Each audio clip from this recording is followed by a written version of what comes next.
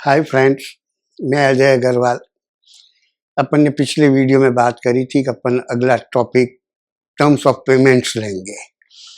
Export में हमें अपने बायर से पेमेंट कैसे वसूलना है, कैसे लेना है। उसके लिए टोटल 6 तरह के पेमेंट टर्म्स होते हैं।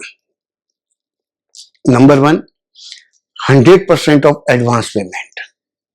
जैसा नाम से ही है, इसके लिए ज्यादा एक्सप्लेन करने की बात नहीं है।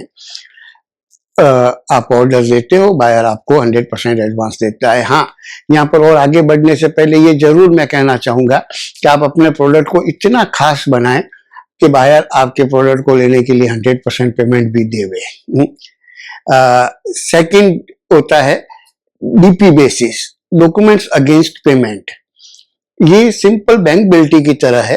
आप अपने डॉक्यूमेंट्स को अपने बैंकर के थ्रू बायर की बैंकर को कुरियर करते हैं। जब बायर अपनी बैंक को पेमेंट कर देता है, तब उसकी बैंकर उसको डॉक्यूमेंट हैंडओवर करती है। ये काफी सेफ मोड है, काफी चलन में रहता है ये। थर्ड होता है DA basis, documents against acceptance.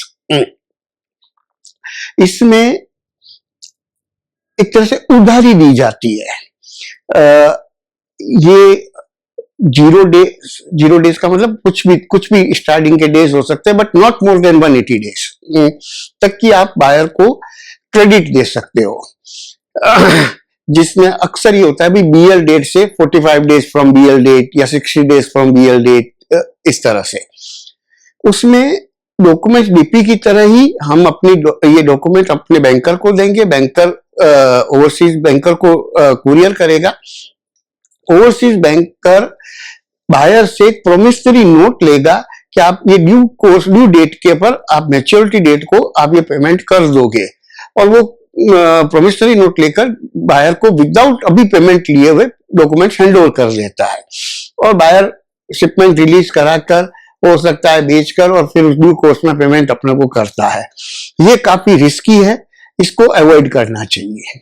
Fourth number पे आता है लेटर ऑफ क्रेडिट, एलसी।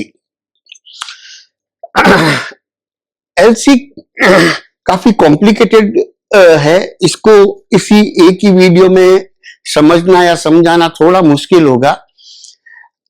किसी टाइम में ऐसे आज भी ये काफी सेफ मोड ऑफ पेमेंट माना जाता है, पर इसमें थोड़ी तकलीफें भी है। इसलिए मैं अक्सर ये कहता हूं कि अगर शिपमेंट की वैल्यू बिलो $1 लाख है, तो एलसी टर्म्स को हमें अवॉइड करना चाहिए। उसके एग्जांपल देता हूं एक दो। कई बार होता है कि जैसे उसमें एलसी में कंडीशन होती है डेट ऑफ शिपमेंट, 15 जून की डेट ऑफ शिपमेंट है, और उसका वेसल ही 16 तारीख को है। तो पर आप एलसी की टर्म्स के हिसाब से आपका लेट डिले शिपमेंट हो गया।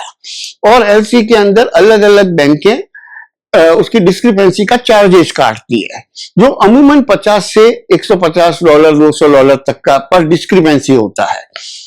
तो पेमेंट हमारे पास आते समय बायर तो पूरा पेमेंट करता है, पर वो लीकेज हमारे को हो जाती है। तो शिपमेंट बहुत हाई वैल्यू का है, तब तो हमें वो प्रोपोर्शनेटली वो अमाउंट अखरता नहीं है। पर अगर ये अमाउंट छोटा है, तो उसके अंदर अगर ये 1 या 2 या 3 डिस्क्रिपेंसी हो गई, ये $200-400 कट जाते हैं, तो हमारे को बड़ा नुकसान होता है। तो इसलिए एलसी भी आजकल कम फैशन में है, कम चलन में है छोटे शिपमेंट्स के लिए। नेक्स्ट टर्म्स होती है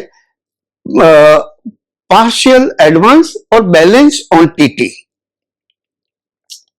ये आजकल पूरी दुनिया में बहुत ज्यादा चलन में है ये टर्म, जिसमें बायर ऑर्डर कंफर्म होने के साथ में अमूमन 30% एडवांस पेमेंट कर देता है, और रिमेनिंग 70% जब आप माल डिस्पैच करते हैं तो, और पोस्ट शिपमेंट डॉक्यूमेंट जब उसको मेल पे फॉरवर्ड करते हैं, तो वो बैलेंस के 70% पेमेंट कर देता है, और हम डॉक्यूमेंट को उसको डायरेक्टली कुरियर कर देते हैं। नेक्स्ट आता है फुल्ली टीटी बेसिस पे, जिसमें बायर कोई भी तरह का एडवांस नहीं देता है, कुछ भी एडवांस नहीं देता है।